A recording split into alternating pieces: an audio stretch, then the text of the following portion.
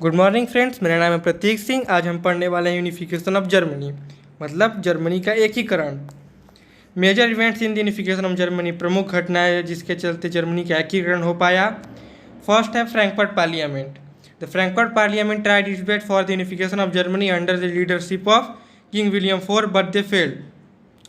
Frankfurt parliament ने अपनी पूरी कोशिश की जर्मनी को एकीकरण करने की।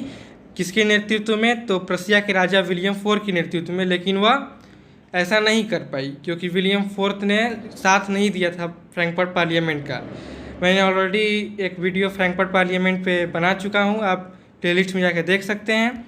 Second, unification under the leadership of प्रसिया।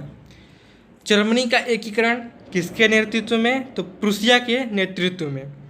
After the failure of Frankfurt parliament, Frankfurt parliament के भंग हो जाने के बाद Prussia took on the leadership of the movement for national unification. Prussia ने जिम्मा संभाला, उत्तरदायित्व लिया जर्मनी को यूनिफाई करने का, जर्मनी को एकीकरण करने का।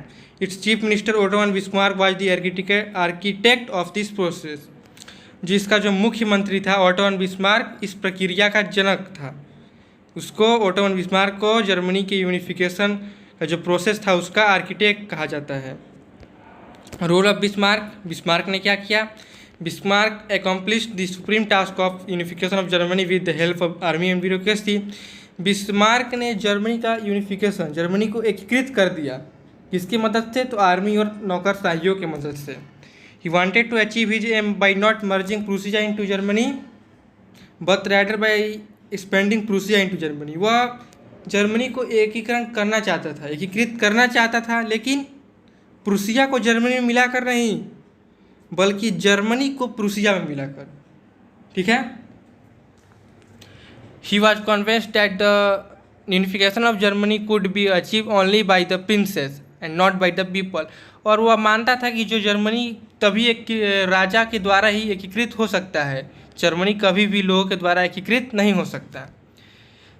चौथा पॉइंट है 3 वार्स, 3 लड़ाई। Unification of Germany accomplished by 3 wars which were found between a brief period.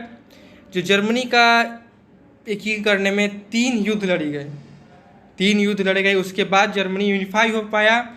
1864 से लेकर 1871 के बीच में 3 लड़ाइयाँ लड़ी गई।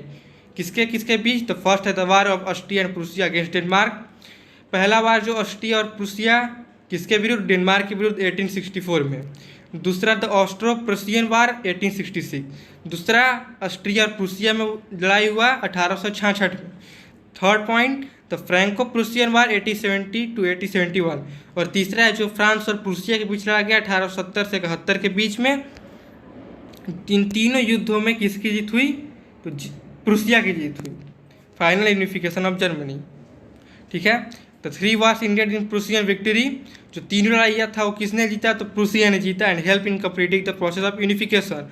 और तीनों जीतने के बाद जर्मनी के एकीकरण की प्रक्रिया पूरी हो गई। ऑन जनवरी 1871, 18 जनवरी 1871 को royal palace, in the royal palace of Versailles the king of Prussia was crowned as German empire. 18 जनवरी 1871 को जो राजमहल था वर्साई का, जिसको हॉल ऑफ मिरर्स कहा जाता है, शीश महल, वहाँ पर जर्मन राज्य के राजकुमार, सेना के लोग, ओटो वन बिस्मार्क समेत प्रसिया के महत्वपूर्ण मंत्री बैठे। और उसी दिन जो प्रसिया का राजा था काइजर विलियम फर्स्ट, उसको जर्मनी का राजा घोषित कर दिया गया। काइजर टाइटल था जिसको लगाया जाता था। जर्मनी के एकीकरण के बाद जो राजा बना उसके बाद वो अपने नाम से पहले काइजर लगाता था। जैसे आपने क्लास 9 के सेकेंड चैप्टर में पढ़ा होगा कि वहाँ पे जार लगाया जाता था, टाइटल था किंग का, वैसे यहाँ पे काइजर है।